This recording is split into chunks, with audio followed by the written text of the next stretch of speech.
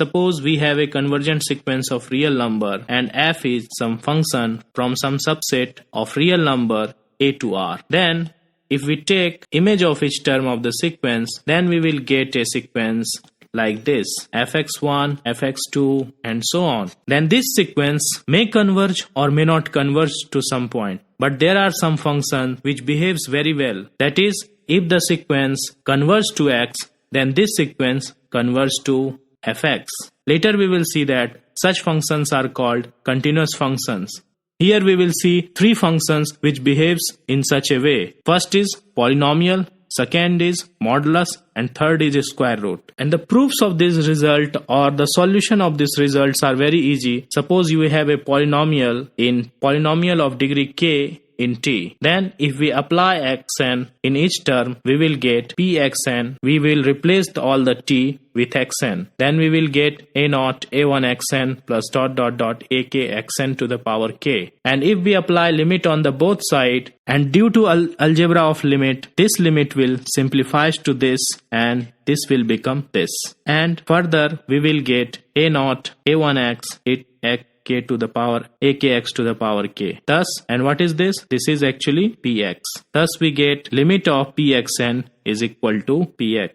Proof for the modulus is very easy because of this inequality, triangle inequality. So we will estimate this using this. Suppose you have a epsilon positive real number greater than 0, it means that there exists a natural number such that for all n greater than n, we will have xn minus x less than epsilon. Why? Because this sequence converges. Now, due to triangle inequality, we know that this inequality holds.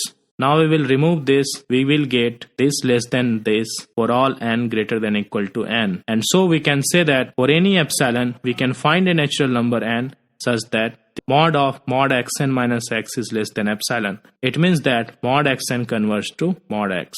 Now for the last part, suppose you have a sequence of non-negative real number which converges to x.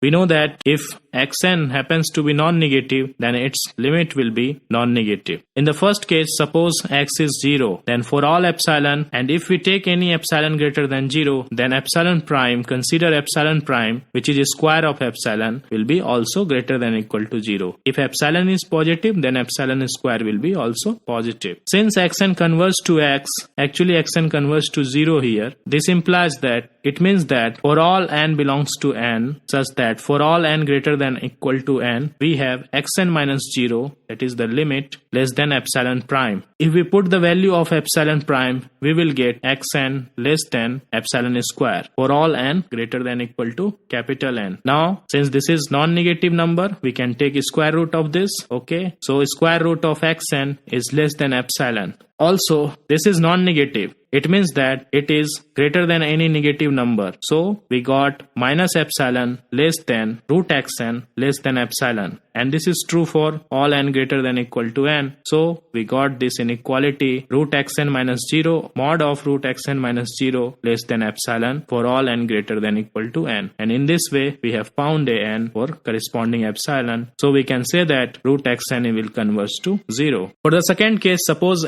our x is strictly greater than 0. We have to estimate this quantity. Modulus of root xn minus root x equal to, if we multiply this in both numerator and denominator, this will square minus square of this, that is xn minus x divided by root xn plus x. Now we want to estimate it such that k times some xn minus x. Then we can use the convergence of x to drive the convergence of this. Since xn is non-negative, then xn plus root x, this quantity will be greater than equal to x. So its reciprocal will be less than equal to 1 by root x. It means that this quantity modulus of root xn minus x is less than equal to 1 by root x times modulus of xn minus x. Take it as equation 1. Now we use the convergence of x. For any epsilon greater than 0, we want to make whole term to be equal to epsilon. So we have to take it epsilon prime. We have to bound this by epsilon prime equal to root x times epsilon, so that the product of this and this will become epsilon. For any epsilon greater than 0, consider epsilon prime to be root x times epsilon. This will again greater than 0. Now as xn converges converts to x, we get a natural number n such that xn minus x less than epsilon prime for all n greater than equal to n. And using previous equation, we will get this quantity less than this, and if we put the value of epsilon prime here, this will get cancel out and we will get epsilon. So for any epsilon, we got a natural number n such that this quantity is less than epsilon. It means that root xn converts to